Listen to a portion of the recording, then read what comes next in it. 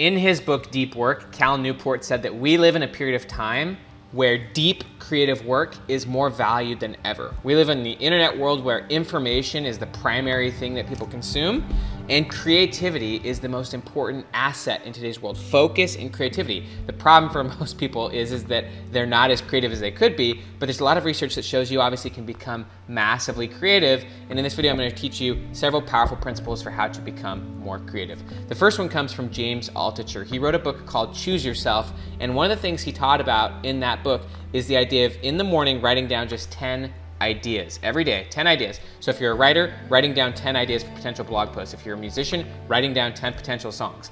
If you're a designer, writing down 10 potential ideas. Just writing 10 ideas, because that gets you in the frame of actually just coming up with lots of ideas, and most of them are going to be really bad ideas. It's usually not the idea, but the idea after the idea, or after the idea, or after the idea.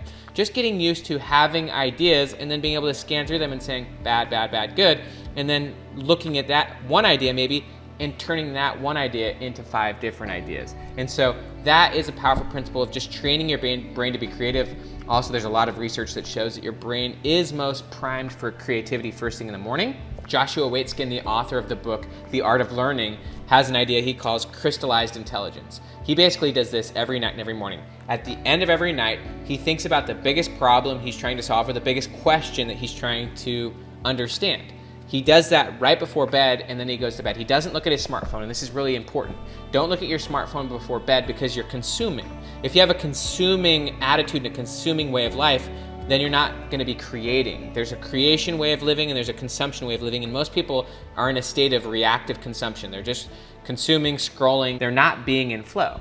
And so what Josh Waitzkin talks about is, first off, you want to have a creative mindset, but also you want to have what he calls a proactive day architecture. Proactive day architecture means you architect your day to be proactive, not to be reactive. Most people, their day is designed to be reactive. They're reactive to other people's schedules. They're reactive to other people's agendas. When they wake up, they open up their email and they're immediately bombarded by other people's agendas, and they just get used to being a ping pong ball, bounced around. So you want to be creative, but you also want to be proactive so that you're the one controlling your life, you're the one controlling your mind, you're the one controlling your brain, you're the one controlling your thoughts, and you're the one controlling your creative flow. And so there's a quote from Thomas Edison, and it relates to right before you go to bed. Thomas Edison said, never go to bed without providing a request to your subconscious. And so that's what Josh Waitzkin does. At the end of every night, he either thinks about the biggest problem he's trying to solve or the biggest question he's trying to answer. He just thinks about it, reflects on it, ponders on it, then he goes to bed. And while he's asleep, his subconscious and his brain are literally formulating and solving the equations for him. And then he wakes up first thing in the morning and he says pre-input. He doesn't just wake up and immediately start going into reactive mode where he's scrolling through other people's opinions or agendas. He keeps his phone on airplane mode, gets himself water or whatever, and he goes to an environment where he just journals. He creatively outputs. There's a great book on this from Julie Cameron called The Artist's Way. And it's just about dumping your thoughts so that your subconscious can get out on paper. And so that's where Josh Waitzkin gets his crystallized intelligence. But that's really important because your brain is hyper creative first thing in the morning. It's peaked, it's primed, your willpower is highest, your energy is really good. And so he just sketches out his ideas, his thoughts, as it relates to the question he's trying to answer, the problem he's trying to solve, or anything else going on in his life, and he's able to get subconscious breakthroughs because he's able to access his subconscious, because right in the morning, your brain's more in a slower alpha or theta state, whereas if you start speeding up your brain by looking at technology or thinking about all the things you got to do, you start speeding it up to a beta state. And when your mind's moving at a higher stress rate, you've got less access to creative flow. You've got less access to your subconscious. And so rather than speeding your brain up first thing in the morning, you want to stay in a flow state, and you want to actually just be in that place where you can think creatively. I can say that I've applied these 2 principles. One is going to bed thinking about what I want to do the next day. In my case, as a writer, I would think about what are the blog posts that I want to write about, and I would just start sketching some ideas, go to bed, and then I'd wake up and I'd pull out my journal and sketch more of those ideas, and my ideas would expand. And then also the James Altucher idea of just writing down 10 ideas first thing in the morning makes a lot of sense because your brain is really creative and really primed. Here's one thing about using your journal first thing in the morning and also to get subconscious or creative breakthroughs. It doesn't need to take more than 10 minutes. I actually do it right before I go into the gym. So I wake up, take some pre-workout, drink some water, drive to the gym, pull out my journal for 10 or 15 minutes, and I just write down bunch of ideas and also things I want to accomplish that day, or things I want to write about, or things I want to do, or things I want to accomplish. And just by giving myself 10 minutes, I'm blown away by the creative inspiration and the insights I get just by giving myself that time. Your brain is an amazing tool, and your creative thought process and your creative mind is powerful if you exercise it every day. The question is, are you actually exercising your brain every single day? And are you exercising your creative muscles just like you would exercise your body in the gym? You can do that in your journal. And then obviously the next step is output, output, output. Creativity breeds more creativity. Having a less attachment to the outcome increases your creativity. And so by producing a high volume of work, there's a great video called The Gap by Ira Glass. There's a link down below to it. Highly recommend you watch this, but one of the things that Ira Glass talks about is that whenever you first start as a creative, it actually takes years of work. You start as a creative person because you've got amazing taste. Whether it be music or art or writing, you've got good taste, but there's a problem, and that's that the work you're producing isn't as good as your taste. You know it's not as good as it could be, and the problem is that most people quit before they ever get good enough. And how Ira Glass says you bridge that gap is it takes years of producing an enormous amount of work. You've got to put yourself on deadline. You've got to publish, whatever that looks like. If you're an entrepreneur, it's putting out products or it's refining your products. But publishing in public, whatever that looks like to you, and producing a huge volume of work is really how you engage in what psychologists call deliberate practice. And you've got to become very comfortable with failure. Seth Godin talks a lot about that. He says, if I fail more than you, I win. Because if you're willing to fail, and if you're comfortable with that, you can take that feedback and you can get good. Dan Sullivan would call this being in the gain versus being in the gap. When you're in the gain, you take every experience you have and you transform that into learning. All right, that blog post didn't really work, or that song didn't really work. What can I learn from that? What about it did work? Or what can I use from that to get better? If you can seek failure and if you can be comfortable with failure. My son, Caleb, actually, he's 13 years old. He plays a lot of tennis. And when we first started getting him into tournaments, he couldn't handle failure. And he was so nervous and jittery that he failed a lot. He didn't win a single match for like 5 tournaments, but the failures crushed him in the beginning. And it wasn't until he became comfortable with failure that he started actually playing well. He started getting comfortable. And so you got to get really comfortable with failure if you want to get good at winning. And then obviously you need to track in or tap into the mindset of winning. There's a great book actually called Winning by Tim Grover. Tim Grover was the performance coach of Michael Jordan, Kobe Bryant, Charles Barkley, many of the best NBA players.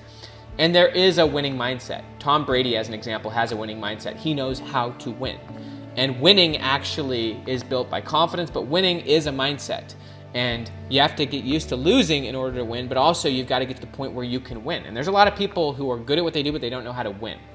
They always fall to the level of their competition rather than actually finding a way to win. In psychology, there's a concept called psychological flexibility. Obviously an important aspect of creativity, but it's also an important aspect of winning. And that's a big aspect of flexibility is finding a pathway to winning. There's not just one pathway to winning. And people who are failures or people who are losers, they just stick with one pathway. They stick with what's comfortable to them, whereas people who are winners, they will find a way. It may be an ugly way, it may be a sloppy way, but they are so committed to winning that they will find a way. There's a book on this subject called The Third Door by Alex Banyan. He said, and he compares success to a nightclub. He says most people just go the one way. There's 2 primary doors into a nightclub. One is just the front door, and there's a huge line. There's 100 people in line. It's going to take 4 hours, and you probably won't get in. That's the primary way. The second door is the VIP door, and you're not going to get into that door because that's only for the VIPs, the famous people, the celebrities, the billionaires. What people don't tell you is, though, there's always a third door. But that third door is not an obvious door. It's not a linear pathway, and it's going to take some ingenuity. It's going to take some resourcefulness. You may have to go down a back alley, knock on a back door, go through a window, sneak in through the kitchen. But there is a way in, and the question is, are you going to find that way? Psychologists would call that pathways thinking. It's a key aspect of both motivation and of hope, and winners will find a pathway. They will find a way to win. It may not be good looking, it may not be sexy, but they find ways to win. They find ways to get support from those around them. And winning is a mindset. Getting the result you want is a mindset. It takes complete flexibility, but it takes commitment. And there's a great book on that subject called the 15 Commitments of Conscious Leadership. And one of the things that they talk about in that book is that you can know your level of commitment by the results you're getting. Whatever results you're getting, that's what you're committed to. Whatever you currently weigh, that's what you're committed to. Whatever income you have, that's what you're committed to. Whatever you're committed to is represented in the results you get. And if you want to increase your results, you got to commit to those results. And then with commitment comes courage. Dan Sullivan has a great book on this, link down to it down below, called the 4 C's Formula. And he says the first step to any achievement is committing to what you want. And then from commitment, because you're committing to something way above and beyond your current self, you're committing to your future self. In order to make that big leap, you've got to then be courageous, because it's above your current self. It's above your current capability, your current knowledge, your situation. So you've got to be courageous. And that's really a huge aspect of creativity and art, is courage, honesty. And so through the process of being courageous and through the process of failing, and being comfortable with failing, you eventually get comfortable to the point where you can develop capability and confidence your former self didn't have, and you can produce results at a level beyond what you formerly had. Another important aspect of creativity is not being attached to your old ideas. There's a great book on this subject by Adam Grant. It's called Think Again. And he talks about how a key aspect of learning and growth is not attaching your current identity to your former identity. Your current self doesn't have to be the same person as your former self. You don't have to operate based on the same beliefs or the same ideas as your former self. Hopefully you outgrew those through education, through experience, through learning, through feedback. You don't have to think the same way your former self did. You get updates to your iPhone, you get updates to your technology, you get updates to, your car. When was the last time you updated your identity? When was the last time you updated your thinking? In psychology terms, you want to have a flexible identity. You want to have a growth mindset where you think about who's your future self. You don't want to get so tied to overly defining your identity and being stuck to your former perspectives. And so you want to actually see the distance between your current and your former self, and you don't want to be forced to apply the thinking of your former self. You want to let go of that and say, what do I want now? Brian Tracy actually has a really great concept on that called zero-based thinking. Zero-based thinking, according to Brian Tracy, is knowing what you know now. There are relationships, there are situations, there's commitments that you wouldn't get involved in. And so you gotta think, what do I know now? What are the decisions I'm gonna make based on what I know now? Because your current self is far more informed than your former self, and your future self is gonna be far more informed than your current self. So there's a few more key principles that I'm just gonna share just to finish this off, as far as massively creating rapid creativity and rapid flow. And that's one of them, is the 80% rule from Dan Sullivan. Dan Sullivan says that 80% gets results while 100% is still thinking about it. A key aspect of huge creative output is getting comfortable putting out imperfect work. Don't be so attached to your current work. Your future self will make better work than your current self. Don't be so attached to this single piece of art. I've published multiple books. I've got 3 books right here that I've published. Willpower Doesn't Work, Personality Isn't Permanent, Who Not How. And I'm not attached to any of these books. For Willpower Doesn't Work, for example, my first book that came out in 2018, current Benjamin Hardy wouldn't write that book. Not that I fundamentally disagree with it, but I wouldn't write that book today because I'm not the same person who wrote that book 3 or 4 years ago. And hopefully I'm not attached to any of my work because my future self can create better work. You don't want to be too attached to your own ideas. That's actually another thing that Adam Grant said, is he said, don't connect your opinions to your identity. Obviously you can have principles and values which are flexible, or which then lead and lend towards growth.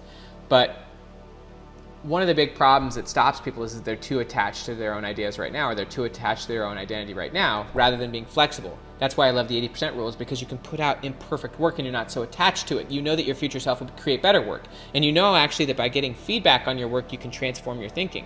Maybe you put out an idea in its raw form and you get feedback, and then you can take that feedback and say, oh, and you can redraft it, and you can keep redrafting and keep updating your ideas, keep updating your identity, keep updating your thinking. That's called learning, rather than getting so attached and then overcommitted to one way of seeing things and one way of thinking.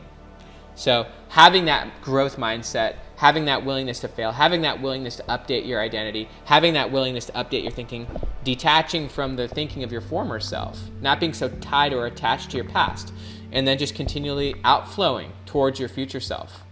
Using your evening and morning routine, getting that crystallized intelligence. Massive creativity, being a creator and a learner, not a consumer and a reactor. It's an amazing experience. You can create an amazing amount. You can engage in deliberate practice. You can transform yourself. You can become a master.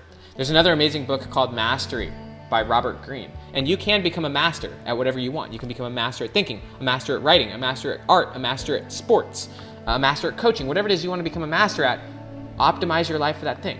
which leads me to the last question. What is your life currently optimized for? What have you optimized yourself for right now? Is it for consumption? Is it for creativity? Is it for output? Is it for winning? Or are you just optimized for whatever life you currently have? My name is Dr. Benjamin Hardy. If you like this video, please like the button, please push the thumbs up, please subscribe to the channel, and go crank out lots of creative work. Become your future self. Have an amazing day. Talk to you soon.